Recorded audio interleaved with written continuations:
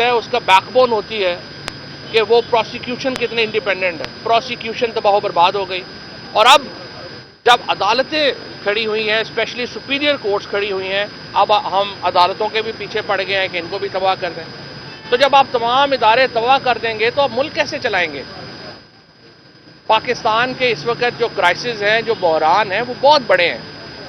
ابھی آپ دیکھیے جو بجلی کے بل آ رہے ہیں, جس طریقے سے عام آدمی کو بجلی کے بلوں نے ہرٹ کیا ہے, پاکستان کی معیشت جو ہے وہ تباہ و برباد ہو چکی ہے اور ہم اپنے اداروں کو بھی تباہ کر رہے ہیں. آپ کیسے پاکستان کو چلائیں گے؟ یہ ملک کیسے ہم اپنے پاؤں کے اوپر کھڑا کریں گے اگر ہم نے ادارے تباہ کر دیے تو؟ میں سمجھتا ہوں کہ بجلی کے بلوں میں جو اضافہ ہے وہ فوری واپس لیا جائے. کم از کم جو 600 یونٹ تک بجلی خرچنے والے لوگ ہیں ان کو ریلیف دیا جائے, اور یہ بجلی کا اضافہ جو ہے یہ فوری طور کے اوپر واپس لیا جانا چاہیے.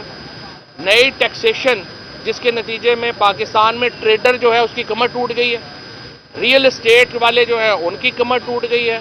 نئی ٹیکسیشن رجیم جو ہے وہ اینٹی پیپل ہے, عوام کے خلاف ہے. تنخواہ دار طبقہ جو ہے اس کو سمجھ نہیں آ رہی ہے کہ میں نے زندگی کیسے گزارنی ہے, خودکشیاں ہو رہی ہیں.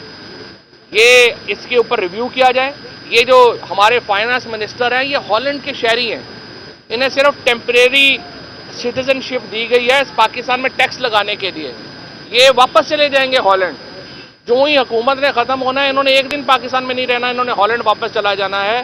لیکن پاکستان کے لوگوں کی کمر توڑ کے یہ واپس جائیں گے, اور توڑ دی ہے انہوں نے.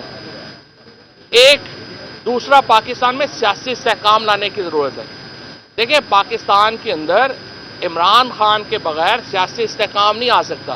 پاکستان کے لوگوں کے دل اس وقت عمران خان کے ساتھ دھڑک رہے ہیں, اور عمران خان کو جب تک آپ سیاسی پروسیس میں شامل نہیں کرتے پاکستان کی سیاست مستحکم نہیں ہو سکتی.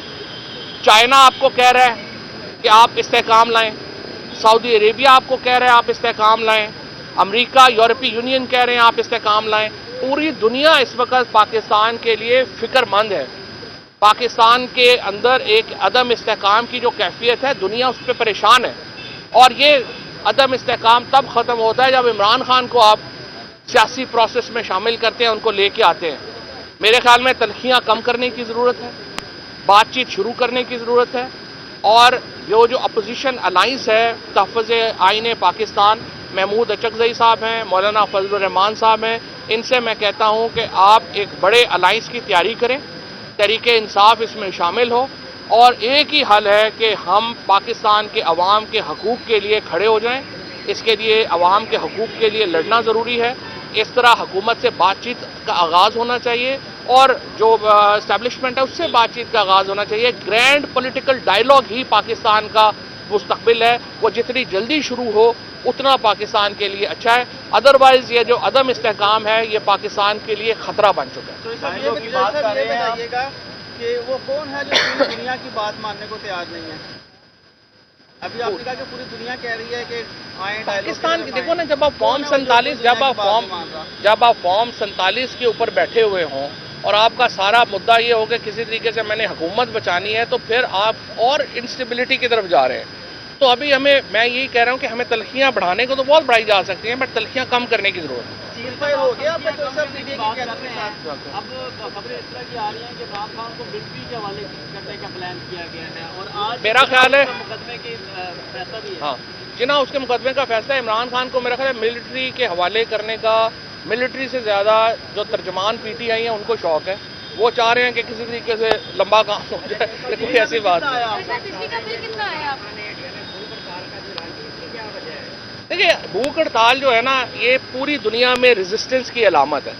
چاہے نیلسن منڈیلا ہوں, چاہے مہاتما گاندھی ہوں, چاہے دنیا میں اور بڑے لیڈر ہوں جو کہ رہے ہیں, انہوں نے بھوک ہڑتال جو ہے وہ کی ہے اپنے حقوق کے لیے. پیشی ہونی چاہیے, اس کی بھی تو کوئی سزا ہونی چاہیے کہ وہ اپنا کام ٹھیک سے نہیں کر رہا. ٹیکس پیئر اس کو پیسے دے رہا ہے کہ آپ کا انویسٹیگیشن کرے, جج کے سامنے پیش ہوں. تو اگر وہ ٹیکس پیئر کے پیسے کے اوپر چل رہا ہے تو اس کو اپنا کام کرنا چاہیے, اور اگر نہیں کر سکتا تو اس کو یا تو نوکری سے نکال دینا چاہیے, یا جج صاحب کو ہم نے کہا یا اس کو جیل بھیج دیں یا ہمیں جیل بھیج دیں. کیونکہ جج صاحب نے پوچھا کہ کیا آپ کا خیال ہے میں یہاں انصاف دینے آیا ہوں, یہ اس سے تو نہیں میں بیٹھا کہ آپ کو جیل میں بھیجیں. میں کہا لیکن ہم کیوں سارے یہ امید لگا کے بیٹھے کہ ہم 250 لوگوں کو آپ نے جیل میں ڈالنے کے لیے آئے ہیں. تو لیکن ہم تیار ہیں, آپ بس انویسٹیگیشن مکمل کریں اور جو آپ فیصلہ کرنا چاہتے ہیں ہمیں قبول ہے. لیکن ہم امید رکھتے ہیں کہ اب جج صاحب نے کہا تو ہے کہ وہ انویسٹیگیشن آفیسر کو بلا کر اس کے اوپر کوئی ڈیڈ لائن ڈالیں گے کہ اگر اس دن تک نئی انویسٹیگیشن ہوئی تو وہ ہمیں بیل دے دیں. تو انشاءاللہ اسی کی امید رکھی ہوئی ہے کہ انصاف ملے گا جج صاحب سے. میڈم یہ بتائیے گا کہ آج آپ نے عمران خان کے انداز میں گفتگو کی ہے کمرہ عدالت میں. آپ نے یہ بھی کہا کہ 2 گھنٹے آپ کو وہاں پہ بٹھائے رکھا, تفتیش ہوئی. اس 2 گھنٹے میں کیا تفتیش ہوئی آپ سے؟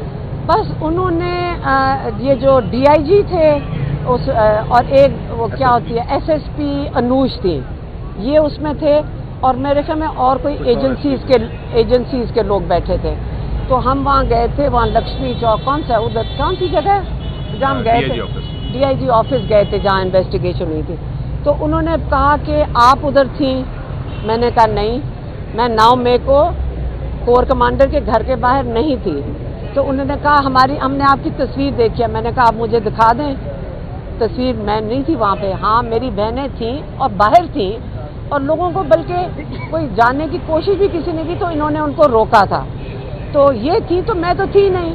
تو آپ نے میرے اوپر جولائی میں FIR ڈالی تھی یہ والی. تو بس انہوں نے یہ 2 سوال پوچھے, اور میں نے کہا کوئی اور سوال ہے تو آپ ہمارے سے پوچھ لیں.